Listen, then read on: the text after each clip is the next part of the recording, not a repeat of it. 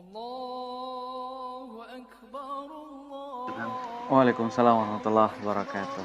Dari Alhamdulillah sehat mas. sibuk sekali ini Pak Ustadz ya. Iya. Ya, Bismillahirrahmanirrahim. Alhamdulillah hari ini kita memasuki bulan Zulhijjah ya.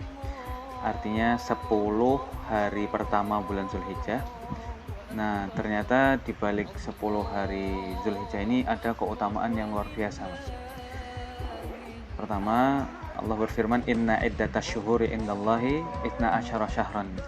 Sesungguhnya bilangan bulan menurut Allah itu ada 12. Minha arba'atun hurum.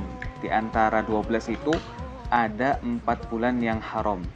Dzulqa'dah, Dzulhijjah, Muharram, dan Rajab. Nah, sekarang kita berada di bulan Dzulhijjah. Beberapa kemuliaan di bulan Dzulhijjah di antaranya adalah pensyariatan Idul Adha, kurban gitu ya. Idul Kurban. Nah, ini menarik karena sejarah kurban itu kita bisa melihat dari keteladanan Nabi Ibrahim alaihissalam.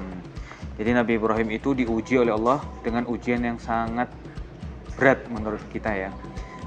Berat. Pertama, beliau dibakar hidup-hidup oleh Raja Namrud. Tapi alhamdulillah Allah selamatkan. Kemudian baru dikaruniai anak itu di usia senjanya, kisaran 80 tahunan kalau nggak salah itu, baru diberikan seorang anak. Tapi setelah diberikan anak, itu justru malah Nabi Ibrahim diperintahkan untuk meninggalkan istri dan anaknya di padang pasir. Nah, ini kan ujian yang luar biasa. Lalu setelah anaknya beranjak remaja, Allah memerintahkan Nabi Ibrahim untuk menyembelih putranya, yaitu Nabi Ismail alaihissalam. Namun dengan kekuasaan Allah dan kasih sayang Allah, ketika hendak menyembelih itu diganti dengan domba yang besar. Nah, ujian-ujian ini menjadi keteladanan bagi kita, menjadi tolak ukur bagi kita bagaimana menghadapi ujian dengan ketaatan dan keimanan seperti halnya Nabi Ibrahim alaihissalam. Begitu. Sehingga dengan tadi ada penyembelihan, kemudian hari raya Idul Adha, ini menjadi momentum bagi kita untuk semangat dalam beribadah, pun juga memaksimalkan di 10 awal Zulhijjah ini untuk beribadah. Begitu mas. Gitu ya. Untuk syarat atau untuk berkurban sendiri apa ada syarat-syarat tertentu Pak Ustadz? Ya, kalau untuk kurban sendiri dari jenis hewannya. Hewannya adalah hewan hewan ternak ya, ternak yang sudah ditentukan. Kalau di Indonesia itu kambing, kemudian sapi ya, atau kambing atau domba bisa, kemudian sapi. Tapi kalau di Arab itu kan bisa dengan onta, begitu ya mas. Nah, ini yang kita maksimalkan di 3 jenis hewan ini, begitu. Kalau untuk usianya itu dalam fikih sudah dijelaskan. Misalkan kambing paling tidak itu, kalau kambing 1 tahun, kemudian domba kisaran minimal 6 bulan lah ya. Tapi amannya ya usia 1 tahun begitu. Dan juga kalau sapi ada kriterianya begitu. Untuk jenis itu apa ada jenis-jenis ketika dikorbankan untuk jenis bejantan ataupun betina gitu Pak?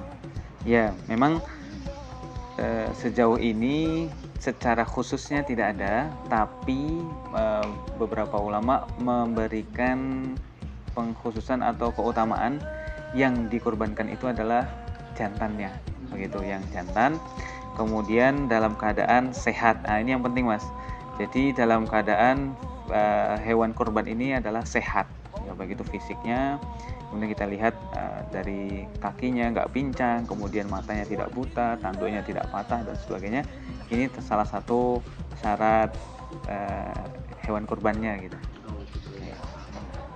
Untuk dari cara penyembelihan sendiri apa juga seperti apa Pak Ustadz? Mungkin ada syarat-syarat tertentu? Oh iya, kalau penyembelihan memang jadi tuntunan dalam Islam dalam menyembelih itu jangan sampai menyakiti hewan kurban. Nah begitu. Jadi bagaimana cara menyembelihnya? Diusahakan 1 kali gorokan itu langsung membunuh atau memutuskan saluran pernafasan, kemudian saluran ada tiga saluran yang harus putus ketika menyembelih, dan diusahakan langsung. Jadi kadang ada yang pisaunya itu tumpul sehingga menyiksa hewan kurbannya. Jadi syaratnya ya diasah dulu biar tajam, kemudian langsung disembelih.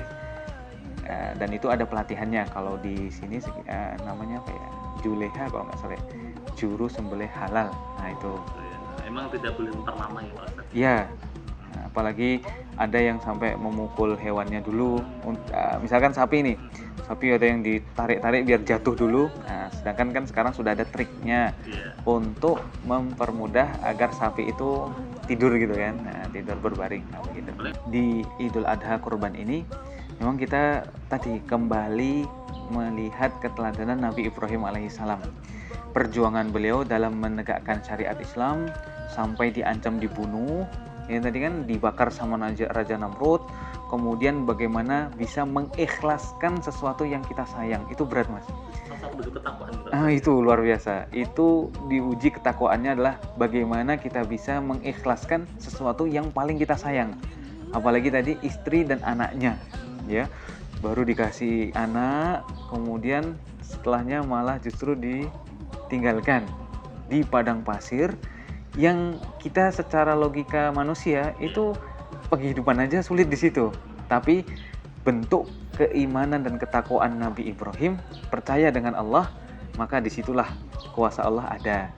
Nabi Ismail ketika nangis-nangis, kakinya ngetuk-ngetuk pasir, akhirnya muncullah air Zam-Zam, dan sampai sekarang masih mengalir. Begitu, sehingga filosofinya ya bisa kita lihat bagaimana perjuangan para nabi, terutama Nabi Ibrahim di situ, dengan kesabaran dan ketaatannya kepada Allah. Gitu. Ya, pesannya memang tadi ketika memasuki hari raya, mari kita maksimalkan dalam ibadah. Momentum hari raya ini 1 tahun sekali, ya. Dan juga ada hari mulia di antara 10 Zulhijjah ini di hari ke-9, yaitu Arafah. Puasa Arafah, barang siapa yang puasa di hari Arafah atau di 9 Zulhijjah, ganjarannya adalah akan terhapus dosa yang lalu dan yang akan datang. Bayangkan, jadi dengan puasa 1 hari ini kita maksimalkan, insya Allah mudah-mudahan kita dapat keutamaan dihapusnya dosa 1 tahun yang lalu dan juga 1 tahun yang akan datang. Dan mau masuk kita ke tanggal 10 Zulhijjah atau hari raya Idul Adha, mari kita bersemangat hari raya dan juga menyembelih hewan kurban yang diberikan rezeki lebih oleh Allah. Mari berkurban untuk saudara-saudara kita yang membutuhkan. Apalagi di pesantren Atmo Wahyono juga membuka kesempatan untuk berkurban bagi para santri penghafal Quran, baik itu kambing ataupun sapi gitu.